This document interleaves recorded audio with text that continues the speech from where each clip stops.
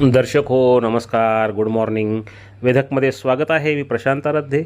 Ujani update 9 जुलै 2026 सकाळची स्थिती. उजनी धरण हे 26.25% इतकं उपयुक्त पाणी पातळीमध्ये भरलेलं आहे आणि धरणातला उपयुक्त पाणीसाठा हा 14.6 TMCचा आणि एकूण पाणीसाठा हा 77.72 TMC इतका आहे. दरम्यान दौंड जवळून मिसळणारी उजनीमधली आवक ही पुन्हा वाढलेली आहे.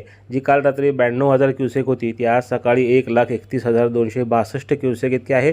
वरील 3 धरणातून सोडलेलं पाणी याचबरोबर सध्या इंद्रायणीमधनं मिसळणारं उजनीमध्ये जे पाणी आहे ते, यामुळं उजनीची आवक ही पुन्हा वाढण्यास सुरुवात झालेली आहे आणि ती आता 1,31,262 क्युसेक इतकी आहे. त्यामुळं धरण वेगानं भरत चाललेलं आहे. आज सकाळपर्यंत 4 मिलीमीटर पावसाची नोंद उजनी जलाशयावर झाली होती. या पावसाळा हंगामात एकूण 88 मिलीमीटर पाऊस हा उजनी धरणावर पडलेला आहे.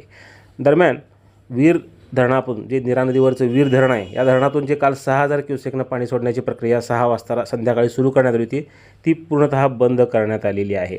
नीरा खोऱ्यातला पाऊस मंदावला आहे, त्यामुळं वीरमधनं जे पाणी सोडत होतं ते आता बंद करण्यात आलं आहे आणि पुन्हा जेव्हा पाऊस वाढेल तेव्हा पाणी सोडलं जाईल, असं वीर धरण व्यवस्थापनानं कळवलेलं आहे. नीरा खोऱ्यातला पाऊसही आता कमी झालेला आहे. मागील 24 तासात नीरा खोऱ्यातल्या 4 धरणांमध्ये 5 TMC पाण्याची वाढ झालेली आहे आणि तिथली धरणं ही आता 60.37% इतकी भरलेली आहे. तिथील उपयुक्त पाणीसाठा हा 29.17 TMC इतका आहे.